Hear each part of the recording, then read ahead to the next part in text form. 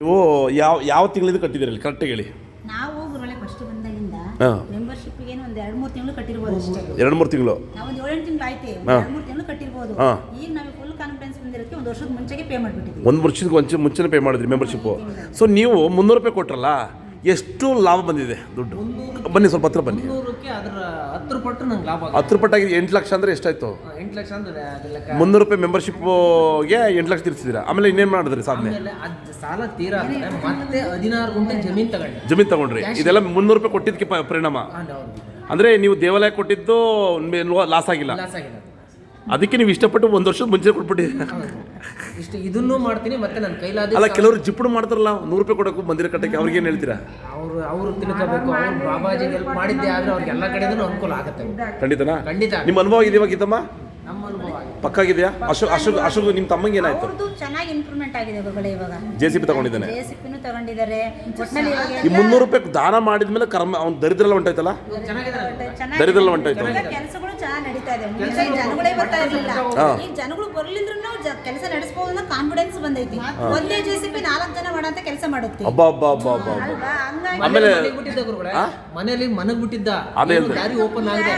ಸ್ವಾಮಿ ಸನ್ನಿಧಾನಕ್ಕೆ ಬಂದ automatic click ಆದ. ಇವಾಗ ಅವನಿಗೆ ಟೈಮ್ ಇಲ್ಲ, ಅಷ್ಟು ಕೆಲಸ ಇದೆ, ದುಡ್ಡು ಬೆಜ್ಜ ಬಂದೈತೆ.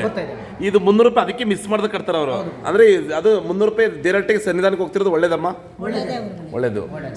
ಬೇರೆ ತರ ಸುಮ್ಮನೆ ದುಡ್ಡು ಇಸ್ಕೊಂಡು ಮೋಸ ಮಾಡ್ತಾ ಇಲ್ಲ. ಇವಾಗ ಅವನಿಗೆ ಟೈಮ್ ಇಲ್ಲ. ಅದ್ಭುತನ ಬಾಬಾಜಿ. ಮನಗಿದ್ದ ಗುರುಗಳ ದಿವಾನ್ ಕಟ್ಟಲೆ ಪೇಷಂಟ್ ತರ ಮನಗಿದ್ದ. ಇವಾಗ ಟೈಮ್ ಇಲ್ಲ. ನಿಮ್ಮಗ ಈಗ ಇಲ್ಲಿಂದ ಬಂದು ನಾನು ಓದ್ಕಿಂದ ನೀವು ಚಿತ್ರದುರ್ಗದಿಂದ ಇದಕ್ಕೋಸ್ಕರ ದೇವ್ರಿಗೋಸ್ಕರ ಬಂದಿದ್ದೀರಾ? ಸ್ವಾಮಿಗೋಸ್ಕರ ಅಲ್ಲ? ನಮ್ಮಮ್ಮ ನಾನು ತಿಂದ್ಬಿಟ್ಟು ನಾನು ಹೋಗ್ತೀನಪ್ಪ, ನಾನು ತೋಟದವ್ರು ಅಲ್ಲಿ ಹೋಗಿರ್ತೀನಿ, ನಾನು ಹೋಗ್ತೀನಿ ಇಲ್ಲ ಇಲ್ಲೇ ಇರ್ತೀನಿ, ಏನಾಗ್ತೀನಿ ದೇವಸ್ಥಾನಕ್ಕೆ ಹೋಗೋದಲ್ಲ. First ಇದಿರಲಿಲ್ಲ, first ಇದಿರಲಿಲ್ಲ. 8 ಗಂಟೆ ಆದ್ರೂ ಇವನು ಎದಾಡ್ತಿರಲ್ಲ. ಅವನು ಇದೇ ಮಗ, ಅವನು 6 ಗಂಟೆಗೆ ಎದ್ದಾಳೋದು, ಸೊಸೆ 8 ಗಂಟೆಗೆ ಎದ್ದಾಳೋದು. ಈಗ 6 ಗಂಟೆಗೆ ಎಲ್ಲ ಹಾಲು ಕರೆದು ಸಗಣಿ ಹಾಕಿ ಅವ್ರ ಕೆಲಸ ಮಾಡಿ. ನಿಮ್ಮ ಮನೇಲಿ ಚೆನ್ನಾಗಿದ್ದಾರೆ ಎಲ್ಲ? ಚೆನ್ನಾಗಿದ್ದಾರೆ. ಫಸ್ಟ್ ಇರಲಿಲ್ಲ, ಫಸ್ಟ್ ಎದಾಡ್ತಿರಲ್ಲ, ಏನೋ ಆಗ್ತಿರ್ಲಿಲ್ಲ. ಏನೋ ದುಡ್ಡು ಏನಿತ್ತ ದುಡ್ಡು ಕಷ್ಟ ಇತ್ತಮ್ಮ ಜಾಸ್ತಿ. ಏನೋ ಅಷ್ಟು ಚೆನ್ನಾಗಿರ್ಲಿಲ್ಲ ಮನೆ ಕಡೆ. ಈಗ ಇಲ್ಲಿ ಬಂದ್ರೆ ಒಳ್ಳೇದಾಗಿದೆ. ಧ್ಯಾನ ಮಾಡ್ಕೊಂತಾರೆ, ಅವ್ರ ಕೆಲಸ ಅವ್ರು ಚೆನ್ನಾಗಿ ಮಾಡ್ಕೊಂತಾರೆ. ಸೂಪರಾ. ಎಲ್ರಿಗೂ ಈ ಥರ ಈಶ್ವರನ ಅನುಗ್ರಹ ಸಿಕ್ಬಿಟ್ರೆ ಎಲ್ಲರೂ ಚೆನ್ನಾಗಿದ್ದಾರೆ. ನೋಡಿ, ಹಿಂದೂ ಧರ್ಮದಲ್ಲಿ ಇಷ್ಟೊಂದು ಪವರ್ ಇದೆ, ಸರಿ ಬಳಸ್ಕೊಳಕ್ಕೆ ಬರ್ತಾ ಇಲ್ಲಲ್ಲ ಅಮ್ಮ. ನೋಡಿ, ಚಿತ್ರದುರ್ಗ ಬಂದಿದ್ದೀರಾ, ಗ್ರೇಟ್ ಅಮ್ಮ. ಥ್ಯಾಂಕ್ ಯು ಅಮ್ಮ, ಥ್ಯಾಂಕ್ ಯು ಸೋ ಮಚ್. ನೋಡಿ, ಯಾರು ಸಾಲದಲ್ಲಿದ್ದೀರಾ ನೋಡಿ, ಇಲ್ಲಿ ದಯಾನಂದ್ ಅವರು ಇಲ್ಲಿ ಮಂದಿರದಲ್ಲಿ ದೇವರು ಸನ್ನಿಧಾನದಲ್ಲಿ ಬಂದು ಧ್ಯಾನ ಕಲ್ತಿದ ಮೇಲೆ 8 ಲಕ್ಷ ಸಾಲ ತೀರಿಸಿದ್ರೆ, ಮತ್ತೆ 16 ಕುಂಟೆ ಅಲ್ಲ, 16 ಕುಂಟೆ ಜಮೀನು ತಗೊಂಡಿದ್ದಾರೆ.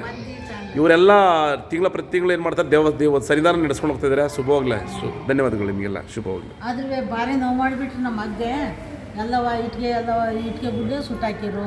ಇಟ್ಗೆನೂ ಈಗ ಏನು ಮಾಡೋಕ್ಕಾಗಲ್ಲ. ಈಗ ಏನು ಮಾಡೋಕ್ಕಾಗ್ತಿಲ್ಲ. ಅವಂಗಾದ್ರೂ ಬಿಡಲಿಲ್ಲ ಜನಗಳು ಅಷ್ಟು ತೊಂದರೆ ಮಾಡಿದ್ರು. ಕುಣ್ದೋಗೋದು. ಈಗ ಏನು ಮಾಡೋಕ್ಕಾಗಲ್ಲ. ಇದು ದೇವ್ರ ಹತ್ರ ಬಂದಮೇಲೆ, ಬಾಬಾಜಿ ಹತ್ರ ಬಂದಮೇಲೆ 50,000 ಮೊಟ್ಟೆ ಬೆಂದೋಗ್ಬಿಟ್ಟು ಅಷ್ಟು ತೊಂದರೆ ಕೊಟ್ಟು ಜನಗಳು ಬೆಳಗ್ಗೆ ಬಿಡಲ್ಲ. ಜನಗಳೆಲ್ಲ ಹಿಂದೂ ಧರ್ಮದಲ್ಲಿ ಜಾಸ್ತಿ ದ್ವೇಷ ಜಾಸ್ತಿ, ಹೊಟ್ಟೆಗೆ ಜಾಸ್ತಿ. ಈಗ ಯಾರು ತೊಂದರೆ ಮಾಡ್ತಾರೋ ಅವ್ರಿಗೆ ತೊಂದರೆ ಆಗ್ತಿದೆ. ಸೂಪರಾ. ಗಾಡ್ ದೇವರ ಅನುಗ್ರಹ ತಗೊಂಡ್ಮೇಲೆ ಯಾರು ತೊಂದರೆ ಮಾಡ್ತಾರೋ ಗೊತ್ತಾಗ್ಬಿಡುತ್ತೆ. ಈಗ ನಾಟಕ ಆಡ್ತಾರೆ, ಈಗ ಗೊತ್ತಾಗ್ಬಿಡ್ತದೆ. ಈಗ ದೇವ್ರ ಪವರ, ಸ್ವಾಮಿ ಸಖತ್ ಸ್ಟ್ರಾಂಗ,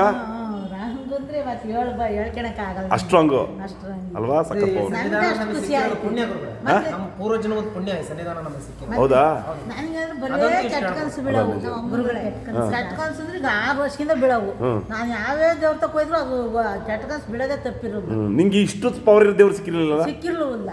ಎಷ್ಟು ದೇವ್ರು ತಿರುಗಿದ್ಯಾ ಹಂಗಾರೆ? ಅಯ್ಯೋ, ತಿರುಗಿ ಹೇಳ್ಬಾರ್ದು. 8 ದಿವಸಕ್ಕೂ ಹೋಗ್ತಿದ್ದೆ ದೇವ್ರಿಗೆ. ಅರಸಿಕೆರೆ ತಿರುಗ್ತಿ, ಅಲ್ಲಿಗೂ ಹೋಗಿದ್ದೀನಿ. ಮತ್ತೆ ಅಮ್ಮ ಅಲ್ಲಿ ರಂಗಸ್ವಾಮಿಯಿಂದ ನಡ್ಕೊಂತ ಅದಕ್ಕೂ ಹೋಗಿದ್ದೀನಿ. ನಮ್ಮೂರ ಅಮ್ಮನ ತಲೂ ಮಾಡಿಸಿದೀನಿ. ಮಾಡಿದ್ರೆ ಬರೇ ಕೆಟ್ಟ ಕನ್ಸಯ್ಯ, ಬರೇ ಸತ್ತರ್ ಕಾಣಿಸೋದು, ಇದೇ ಜಾಸ್ತಿ ಆಯ್ತು. ಈಗ ಎಷ್ಟು ಮಾಡಿದ್ರು ನಿಮ್ಮ ಮಕ್ಳಿಗೆ ಒಳ್ಳೇದಾಗಿರ್ಲಿಲ್ಲ, ಒಳ್ಳೇದು ಆಗಿರಲ್ಲ.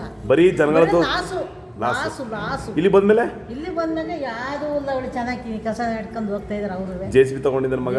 ಆಮೇಲೆ ಹೇಳಿ ಮತ್ತೆ ಕೇಳ್ತಿದ್ದಾರೆ. ಜಗಳ ಇಲ್ಲ ಮನೇಲಿ, ನೆಮ್ಮದಿ ಇದೆ. ಜಗಳ ಮಾತ್ರ ಏನೂ ಇಲ್ಲ. ಸೂಪರ್ ಆಗಿದ್ದಾರೆ ಇಲ್ಲಿ ಬಂದ್ಮೇಲೆ. ದೇವ್ರಿಗೆ ಬಂದ್ಮೇಲೆ ಮೊದ್ಲೇನು ಜಗಳ ಇರಲಿಲ್ಲ, ಆದ್ರೂ ಇಲ್ಲಿ ಬಂದ್ಮೇಲೆ ಭಾಳ ಒಳ್ಳೇದಾಯ್ತು. ತುಂಬಾ ಒಳ್ಳೇದಾಗ್ಲಮ್ಮ. ಶುಭವಾಗ್ಲಿ. ನನಗೆ ಕೆಟ್ಟ ಕನ್ಸು